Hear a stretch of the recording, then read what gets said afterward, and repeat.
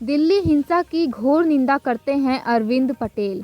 अपना दल एस व्यापार मंच के राष्ट्रीय सचिव अरविंद पटेल से यूपीएस 24 न्यूज़ के ब्यूरो चीफ विक्रम पटेल ने की खास बात। कहा कि गणतंत्र दिवस के अवसर पर दिल्ली में जो हिंसा हुई उसकी घोर निंदा करते हैं। यह किसानों द्वारा हिंसा नहीं की गई, इस हिंसा में तत्वों का हाथ है। देखिए झांसी से हमारे ब्यूरो चीफ विक्रम पटेल की रिपोर्ट। अरविंद पटेल जी, ये बताइए किसानों की आय के लिए क्या करेंगे आप, क्या होना चाहिए? और देखिए, हिंदुस्तान में जो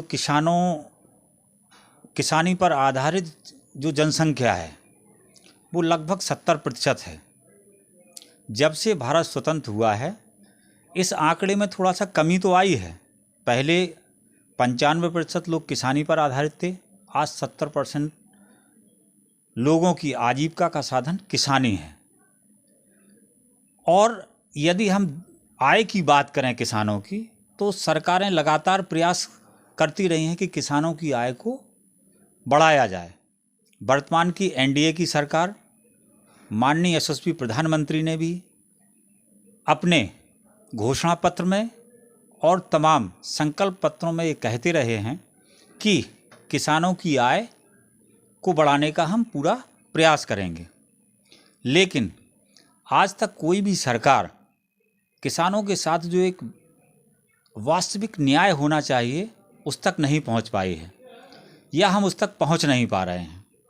एक उदाहरण के तौर पर मैं समझाना चाहूँगा कि 1971 में गेहूं का रेट 1 रुपये 10 पैसे प्रति किलो था, और उस समय खेत में काम करने वाले मजदूरों की जो मजदूरी थी वो 1 रुपये 10 पैसे थी। तात्पर्य है कि 1971 यानी 70 के दशक में किसान के 1 किलो गेहूं का दाम और एक मजदूर का दाम एक दिन का बराबर था। लेकिन आज की डेट में आप देख लीजिए, उस गैप को बढ़ता ही जा रहा है। किसानों की जो फसल है उसका उसे वो वाजिब मूल्य नहीं मिल पा रहा है जो उसे मिलना चाहिए, यदि हम स्वतंत्र भारत के बाद में देखें तो। रही बात किसानों की आय कैसे बढ़ाई जाए, तो ये सरकार का प्रयास होना चाहिए कि किसानों के लिए उचित मूल्य मिले। और हमारी पार्टी हमेशा कहती आई है कि किसान को उसकी उपज का मूल्य निर्धारण करने का अधिकार मिलना चाहिए। जिस तरीके से एक व्यापारी या एक इंडस्ट्रियलिस्ट अपने उत्पाद का निर्धारण करता है कि उसकी एमआरपी, हमें एक बिस्कुट के पैकेट की एमआरपी 5 रुपये रखनी है, तो ये व्यापारी निर्धारित करता है कि हम 5 रुपये में बेचेंगे। लेकिन किसान के पास ये बहुत बड़ी कमी है कि वह उद्योग की भांति अपने उत्पादन का निर्धारण नहीं कर पाता है। ये जो विसंगति है इसको हमें और मिलकर के दूर करना चाहिए। यही मेरी इच्छा है कि किसान को भी वही सुख समृद्धि प्राप्त हो जो व्यापारी वर्ग को है। गणतंत्र दिवस के जो अवसर पर जो जहाँ दिल्ली में हिंसा हुई है उस पर क्या कहेंगे आप? देखिए, ये महात्मा गांधी का देश है और संसद की मर्यादा यहाँ सर्वोच्च है। जो भी हिंसा का कोई भारतीय लोकतंत्र में हिंसा का स्थान नहीं होना चाहिए। लेकिन मुझे ऐसा लगता है कि जो कुछ अराजक तत्व होते हैं जो दूसरे के कंधे पर रख के बंदूक चलाने का प्रयास करते हैं।